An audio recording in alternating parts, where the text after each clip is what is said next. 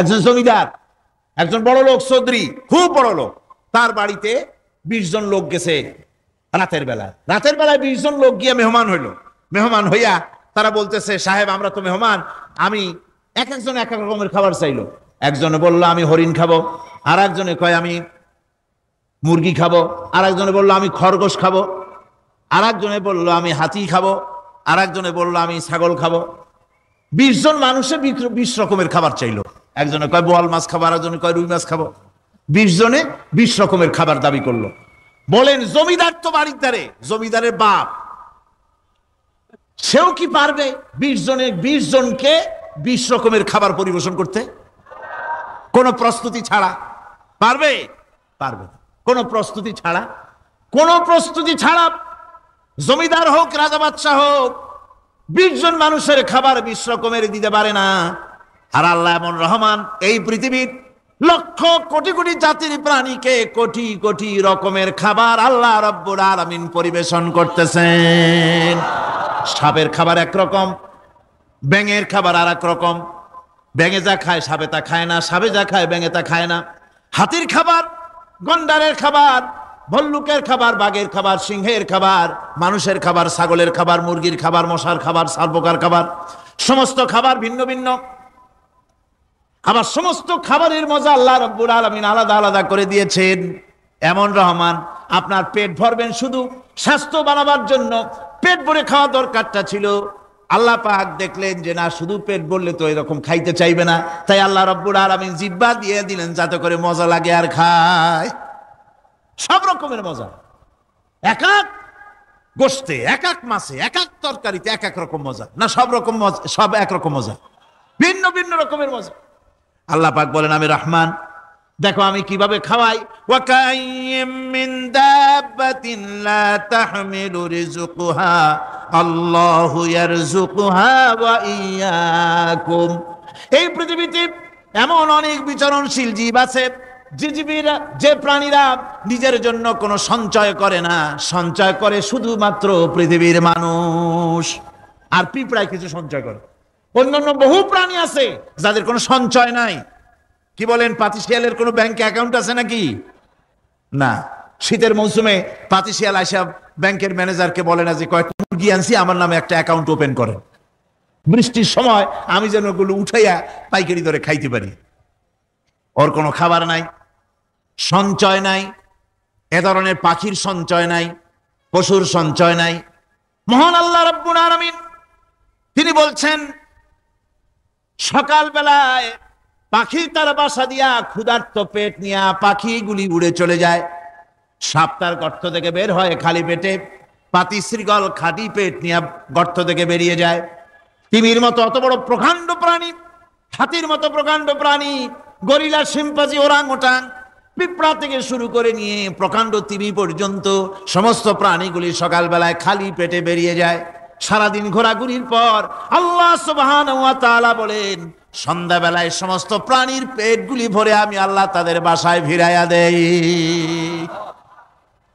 আমি রহমান, এভাবে করি আমি আল্লাহ রাব্বুল আলামিন খাবারের বন্দোবস্ত করি, পড়ার বন্দোবস্ত করি, থাকার ব্যবস্থা করি। ইয়া আইয়ুহান নাসু যুকুরু নি'মাতাল্লাহি আলাইকুম হাল মিন খালিকিন গায়রুল্লাহ ইয়ারযুকুকুম মিনাস সামাই ওয়াল আরদ।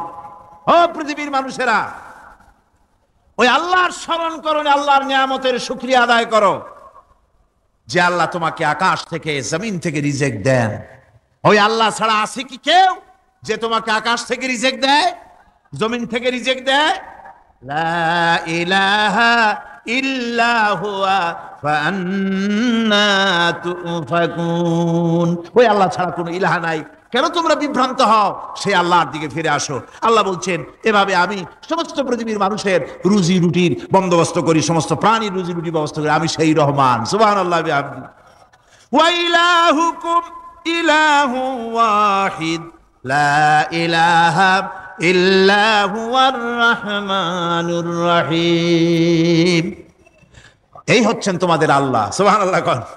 আল্লাহ বলছেন, ওয়া ইলাহুকুম ইলাহু ওয়াহিদ, তিনি হচ্ছেন এক আল্লাহ, এক ইলাহ, যিনি ছাড়া কোনো ইলাহা নাই, তিনি হচ্ছেন রহমান। তিনি কি?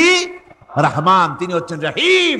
তিনি তোমাদের সব কিছুর ব্যবস্থা করে দিয়ে থাকেন, কোনো জিনিস তোমাদেরকে বঞ্চিত করেন না। এই রহমান এমন রহমান যিনি তোমাদের সমস্ত নিয়ামত পূর্ণ করেন। আর রহমান এমন রহমান যে শুধু আপন আপন লোক দেখে তালাশ করে করে দেয় না, সকলকে দেয়। যারা নামাজ পড়ে তাদের দালান কোটা বেশি হয়, যারা তাহাজ্জুদ পড়ে তাদের ব্যাংকে টাকার অভাব নাই, যারা হজ করে যাকাত দেয় তারা টাকার জ্বালায়, পয়সা কড়ির জ্বালায় অস্থির। এরকম নাকি? না, বরং নামাজ রোজা হজ যাকাত যারা করে বেশি খাঁটি মুসলমান, তাদের অভাব অভিযোগ আরো বেশি। যাদের কাছে নামাজ নাই, রোজা নাই, আল্লাহ পরকালের চিন্তা নাই, তাদের টাকা পয়সা, সোনা দানা, জায়গা জমিন, সৌন্দর্য, সুখ আর আরো অনেক বেশি। বরং এদের কম। আপন লোকের চাইতে শত্রুকে বরং আল্লাহ পাক বেশি দেন। আপন লোক মানে যারা দিনদার, ইমানদার, পরহেজগার, নামাজি, এরা বরং কম পায়, ওরা বরং বেশি পায়। এমন কেউ নাই পৃথিবীতে শত্রুকে ডেকে বলবে আয় তোরেও দেই, কেউ নাই, একমাত্র আল্লাহ রব্বুল আলামিন যিনি সকলকে দেন। এই পৃথিবীর কোন মূল্য আল্লাহ রব্বুল আলামিনের কাছে নাই, একটা মশার দানার তুল্য মূল্য নাই। সেই জন্য আল্লাহ পাক সকলকে নেয়ামত দেন, সকলকে ব্যবস্থা করেন। তাই এই কোরআন শরীফ আল্লাহ পাক তার মানুষের প্রতি এত দয়া মানুষের প্রতি, যে আল্লাহ পাকের দয়াটা কার? জোরে চিল্লা এখন, দয়াটা কার? এত দয়া যে আল্লাহ পাকের মানুষের প্রতি রাস্তা চলার জন্য রাস্তা তৈরি করে দিলেন। পাহাড়ের ভিতরে মানুষ যেন হারায় না যায়, পাহাড়ের ভিতরে গিরিপথ বানালেন যিনি, মরুভূমির ভিতরে হারায় না যায় নিশানা বানালেন যিনি, সমুদ্রের ভিতরে রাতের আধারে যেন গভীর সমুদ্রে হারায় না যায় সেজন্য মহাশূন্যের ভিতরে তারকা প্রদীপ জ্বালায়া পথের নির্দেশনা দিয়ে দিলেন যিনি, এত ব্যবস্থাপনা যিনি করলেন, সে আল্লাহ রাব্বুল আলামিন মানুষের জন্য এই পৃথিবীতে ব্যক্তি, পরিবার, সমাজ ও রাষ্ট্রে, আন্তর্জাতিক জীবনে, স্বরাষ্ট্রনীতি, পররাষ্ট্রনীতি, শিক্ষানীতি, যুদ্ধনীতি, বন্দিনীতি, তার জীবনের সমস্ত নীতিমালার ব্যাপারে আল্লাহ রাব্বুল আলামিন বুঝি কোনো দিকদর্শন দেন নাই। দিয়েছেন কিনা? সুতরাং রহমানের দাবি হচ্ছে, আল্লাহর রহমানিয়তের দাবি হচ্ছে বান্দার জন্য কোরআন শিক্ষা দেওয়া। যত শিক্ষা আল্লাহ দিয়েছেন, যত দয়া আল্লাহ বান্দাকে করেছেন, সবচাইতে বড় দয়া কোরআন শিক্ষা দেওয়া। জোরে কোন সুবহানাল্লাহ। যত দয়া, যত নিয়ামত, যত রহমত আল্লাহ বান্দাকে করেছেন, তার মধ্যে শ্রেষ্ঠ রহমত, শ্রেষ্ঠ দয়া, শ্রেষ্ঠ করুণা মানুষের জন্য, আল্লাহর এই পৃথিবীর মানুষের জন্য সবচাইতে শ্রেষ্ঠ দয়া কি? জোরে বলেন কি? কোরআনের শিক্ষাই হচ্ছে আল্লাহ পাকের এই মানুষের জন্য সর্বশ্রেষ্ঠ দয়া। আর রহমানু আল্লামাল কুরআন। এতক্ষণ যেই রহমানের দয়ার কথা বললাম, সেই রহমান কোরআন শিখাইছেন। সুবহানাল্লাহ। আল্লাহ পাক বলেন, দেখুন আমার রহমত, এভাবে করে আমি পানি দিলাম, বৃষ্টি দিলাম, এবার গাছ উঠলো, বীজ বপন করছিলাম, গাছ উঠলো। আনতুম আনশাতুম শাজারাতাহা আম নাহনুল মুনশিউন। মাটি থেকে এই গাছকে কে উদ্গত করে দিল? ভাই বেটা, কে দিল? তুমি দিছো না আমি দিয়েছি? কে দিয়েছে? জোরে কর, জোরে চিল্লা এখন, কে দিল? আল্লাহ পাক বলেন, গাছ উদ্গত করে দিলাম, গাছ এবার বড় হলো। এই গাছ আল্লাহ রাব্বুল আলামিন এই গাছ তৈরি করলেন।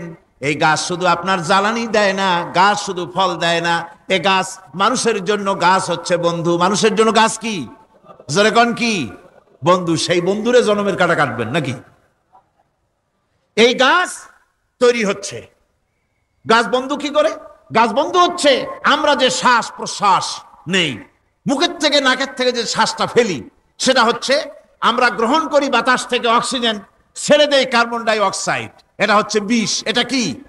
আমরা নিলাম পরিশুদ্ধ অক্সিজেন, নিলাম, ছেড়ে দিলাম এটাকে বিষ করে, এই বিষটা ছড়িয়ে গেল।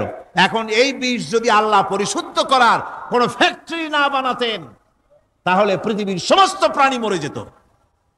সুবহানাল্লাহ কইতে ইচ্ছে করে না? আল্লাহ পাক কি ব্যবস্থাটা করলেন! কোন দুনিয়ায় ফ্যাক্টরি নাই মানুষ যে বিষাক্ত করে দেয় আবহাওয়াকে, সেটাকে রিফাইন করার ব্যবস্থা মানুষের কাছে নাই। আল্লাহ ব্যবস্থা করেছেন কি? আল্লাহ পাক গাছ বানায় দিলেন। গাছের সবুজ শ্যামল রং, ঘাসের সবুজ শ্যামল রং, তার খাদ্য হতেছে আপনি যেটা ছেড়ে দেন, আপনার জন্য যেটা বিষ, সেটা হচ্ছে তার জন্য খাদ্য। কার্বন ডাই অক্সাইড গাছ টেনে নেয়, সারা রাত টানতে থাকে অক্সিজেন থেকে, বাতাস থেকে সারা রাত টানতে থাকে, কার্বন ডাই অক্সাইড খাবার হিসাবে সে টেনে নেয়।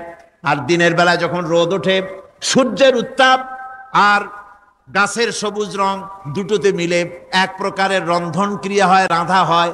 সেই রান্নার মাধ্যমে গাছের ভিতর থেকে গাছ আবার অক্সিজেন মানুষের জন্য, প্রাণীর জন্য ছেড়ে দেয়। সুবহানাল্লাহ। তো গাছ আপনার জন্য বন্ধু, একদিকে গাছ আপনার এই কাজ করলো, ফার্নিচার বানাইলো, ছায়া দিল, ফল দিল।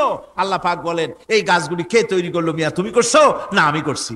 আমি আমার রহমত দিয়ে তোমারে গাছ বানাই দিলাম।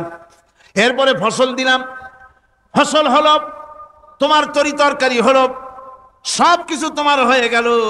এবার ফসল দেখা মানুষে যখন দেখে জমিনে বড় বড় ধানের গোছা হয়েছে, মোটা মোটা ধানের গোছা হয়েছে, মোছে তখন তেল মাখে আর নতুন নতুন গানের আয়োজন করে।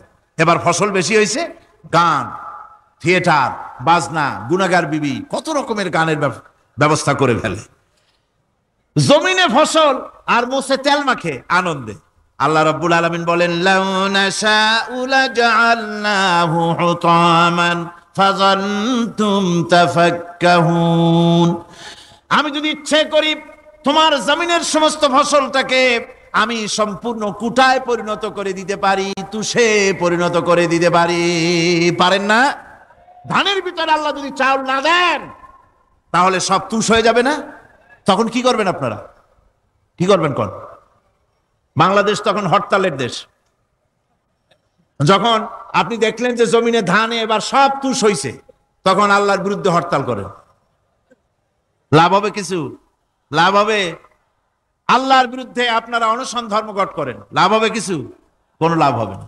আল্লাহ রাব্বুল আলামিন বলেন, কোনো লাভ হবে না, বরং তোমরা তখন বলবে, ইন্না লামুগরামুন বাল নাহনু মাহরুমুন।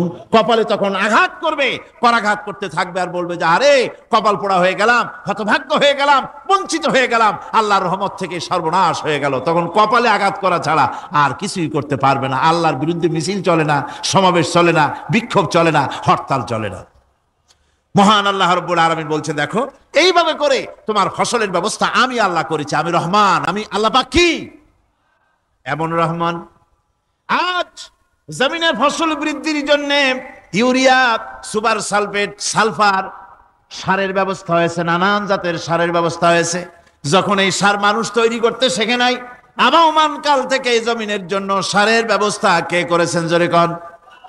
আল্লাহ পাক বলেন, আমিন আয়াতিহি আইয়ুরিকুমুল বারকা খাউফাও ওয়া তামাম। আমার অসংখ্য নিদর্শনাবলীর মধ্যে এটাও একটি নিদর্শন, যা আকাশে বিদ্যুৎ চমকে মেঘের গর্জন হয়। এই যে বিদ্যুৎ চমকে গর্জন হয়, এর মধ্যে রয়েছে মানুষের জন্য ভীতি এবং আশা। তারা ভয় পায়, আর এর মধ্যে আশাও রয়েছে। আশাটা কি? আশা হচ্ছে এই